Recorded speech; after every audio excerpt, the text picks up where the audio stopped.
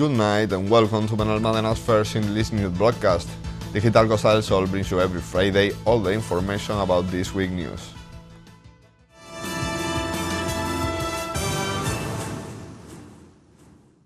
Benalmádena Costa is beginning a process of urban transformation with the aim of rehabilitating the area and improving its image. In the Solimar Square, the City Hall is making an effort to transform the space into a residential and business area. The mayor of Benalmádena, Victor Navas, and Urbanism councilwoman Marisabel Ruiz gave a press conference last week at the mayor's office to highlight a series of urban planning procedures that are being carried out by the consistory in order to transform the Solimar area, with the aim of turning it into a residential zone and a technological business center. Navas emphasized the need to transform the coastal facade, highlighting the joint work between public administration and private sector.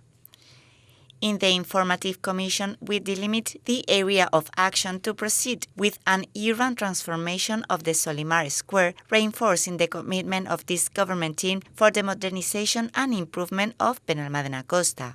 Our goal is to address a progressive transformation of a nightlife area in a business and residential space. A technological hub has already been installed in Solimar Square, a space that is already being used by important companies in the sector, and for which other new companies that want to set up in Benalmádena have already shown interest.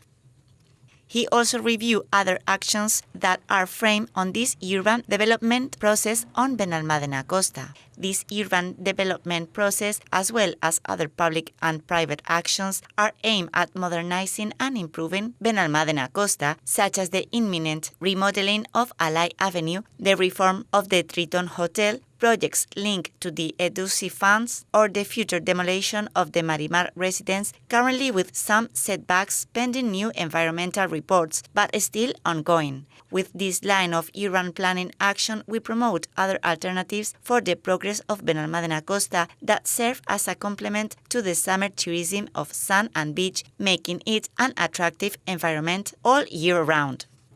For her part, Ruiz spoke about the deterioration suffered by the area over the years, highlighting the problems of noise and public safety, and explaining that they will work hand in hand with the Junta de Andalucía to ensure that the process has all the necessary guarantees.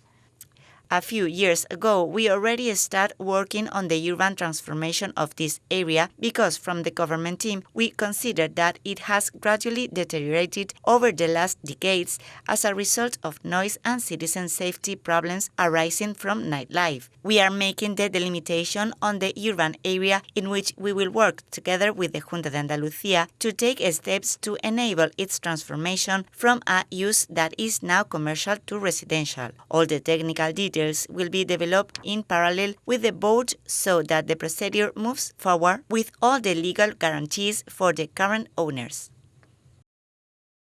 This week, Casa de la Cultura hosted the celebration of the Municipal School Council, where the educational community discussed issues such as absenteeism or the saturation of our classrooms.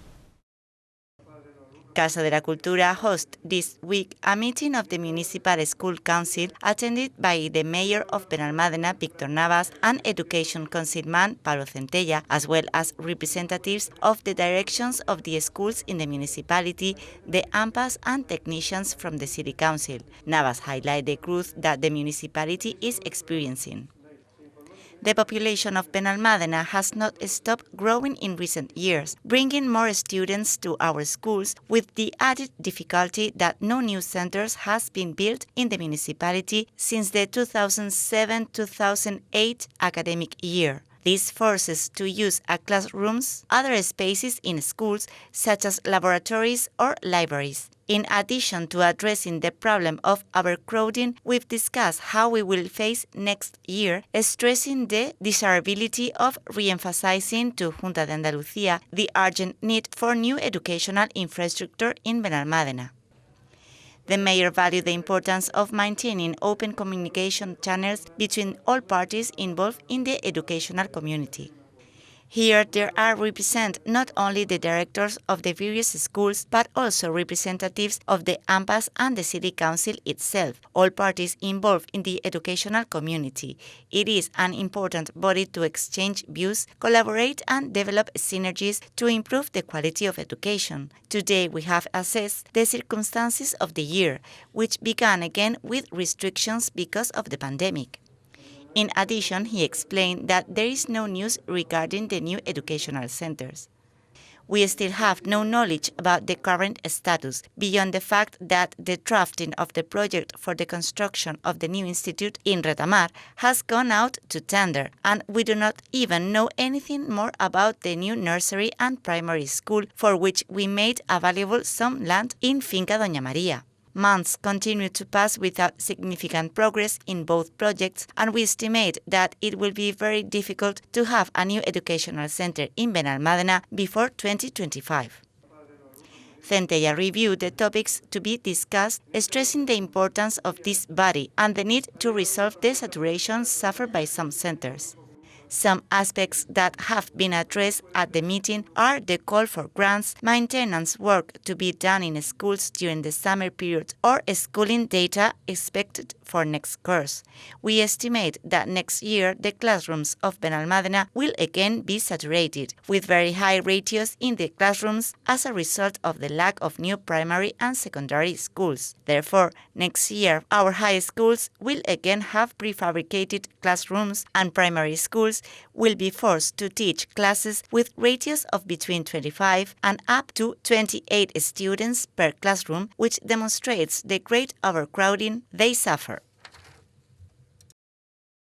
The mayor of Benalmádena, Víctor Navas, and Social Welfare Councilwoman Alicia Ladaga participated last week in the orphan tokens collection delivery from the Torrequebrada Casino, which this year went to Abad. It's not hard to imagine a situation where a chip is lost at a casino. Those are the orphan tokens, a denomination that is included in the regulation of gambling casinos that specifies that they must be monitored and recorded to later deliver the money to the town hall to which the casino belongs, which will allocate the amount to social assistance or beneficiary works. Last week, the mayor of Benalmádena, Víctor Navas, and Social Welfare Councilwoman Alicia Ladaga participated on the ceremony for the delivery of the donation from the money raised by Torrequebrada's casino, which this year has gone to Abad. Torrequebrada Casino is an element of tourist attraction for Benalmádena, and we appreciate the donation of the orphan tokens to social entities. We are grateful to Casino Torrequebrada for handing over the balance of the orphan tokens to Abad. On this occasion, the donation amounts to 1,847 euros. Abad will use the money from this donation to develop a workshop on social skills and autonomy for the children they work with. The managing director of the casino, Blas Estepa, who was accompanied by Pilar Blasco, delivered the check to the president of the association, Cristobal Martínez. For more than 40 years, we have been contributing with this collection for the benefit Benalmádena. We are very happy to be able to collaborate by reverting part of our profit to society, collaborating with the City Council, which is the one who chooses each year the entity that will benefit from the donation.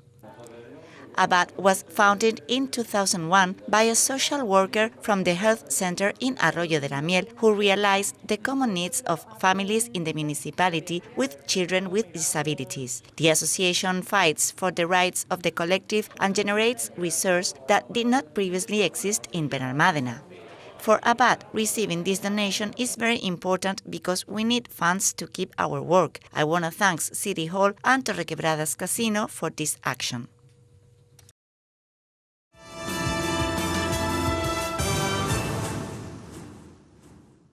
The Association of Hotel and Businessmen of the Costa del Sol valued positively the tourism data from the month of June in the province. Benalmádena had an occupancy rate over 83%. June was a good month for the hotel sector in Malaga.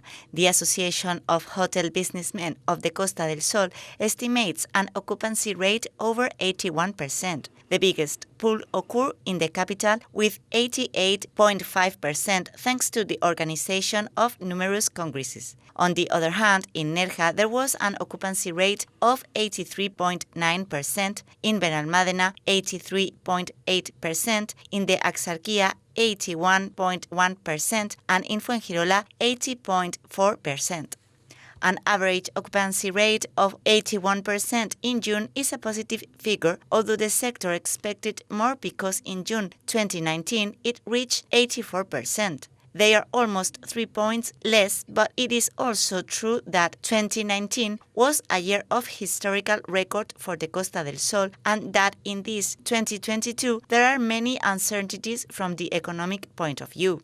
The war between Russia and Ukraine has triggered prices and inflation is skyrocketing in all Europe. Aecos recognize that this summer they will have to raise their rates by around 10% to recover some of the expenses.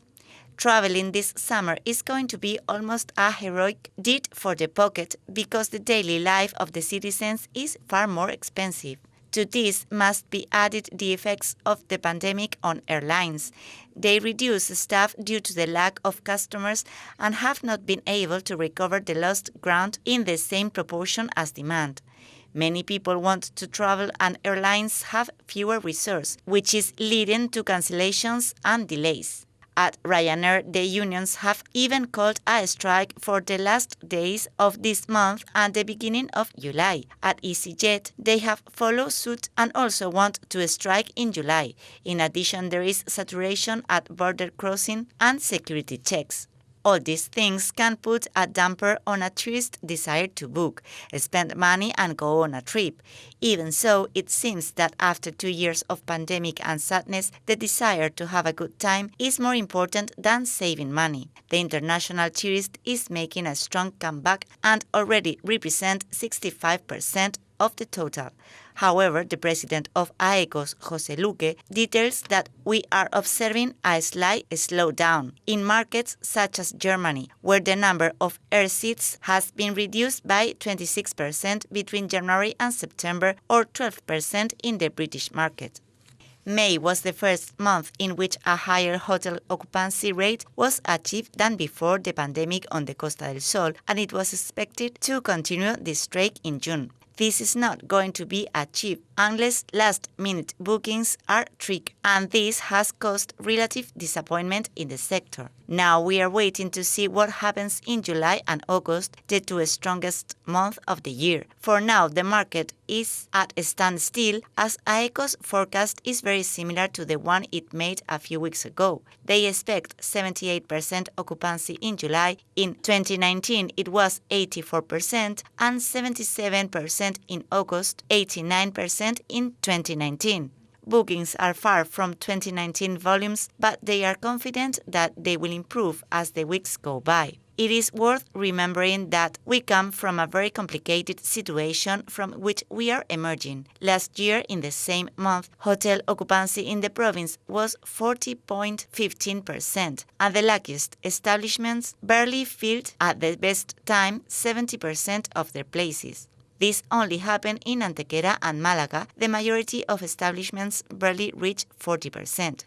In the sector, they are waiting for the months from September to December. If they are good, they will be able to close the year well from an economic point of view. And if there are bad occupancies, for whatever reason, it will necessary to wait for the situation and the income statement to recover in 2023.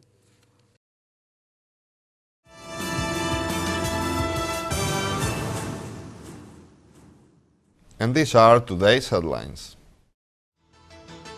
Urban planning procedures for the transformation of Solimar Square.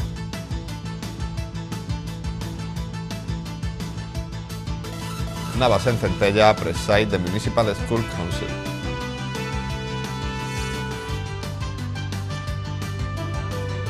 Torrequebrada Casino donates its orphan tokens to Abad.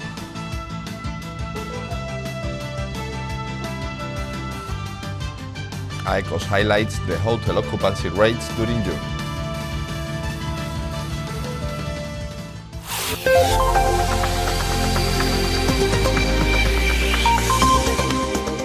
Cloudy skies decreasing to slightly cloudy during the early morning throughout the province, except in the western third, where skies will be slightly cloudy in the afternoon and with precipitation slightly. Also calimas and temperatures with slight changes. Variable light winds predominantly south inland. And that's all. Thank you for watching us, and remember, you can stay updated on our website or social media profile on Facebook and Twitter. Have a good night and enjoy the weekend.